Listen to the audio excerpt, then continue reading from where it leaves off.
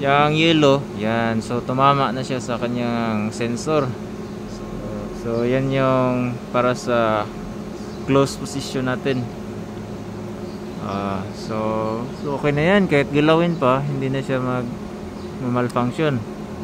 So stable lang yung signal. So pwede na yan. Tapos subukan natin manual. Manual or hindi na? Manual siya. Manual tsaka sige. So yung manual, ito yung manual ito yung manual. Pindutin natin para maikot yung kanyang actuator. Yun. So para ma-adjust natin yung kanyang close open position. Oy. Close natin yung valve. Close natin yung valve. Ayan, close ang valve. Yun, hindi na yan babalik. Mabilis mag-response itong isa. Ayan, tama na. Oh, ayos. Pero may play no?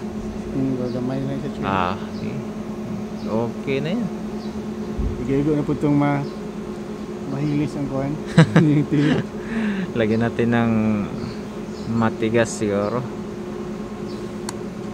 para hindi na masyadong mawira.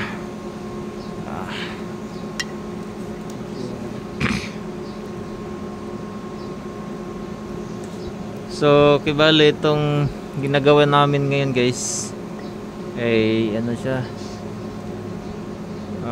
para sa isa itong cylinder ito. Yan, pneumatic cylinder para sa aeration ng silo. So ang dinadrive nito is itong butterfly valve. Ayan, so meron siyang solenoid. Ito solenoid valve. Ito yung magpapa-open sa butterfly valve dito cylinder, papasok yung hangin. Ayan, compressed air. Papasok yung compressed air natin kapag mag-energize tong solenoid. Ito, i-open niya itong valve sa butterfly. So dito yung cylinder. So ito yung mga limit position. Yan, so ito yung sa close sa open. Saka dito yung isa sa close position. Alright. So yan yung mga basic na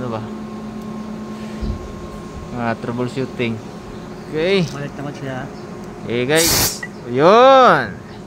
So tumama na. Trigger natin isa, tapos sira na natin. Yan. Trigger ka isa. Ayun, tumama. Ayos na. Yan, very good.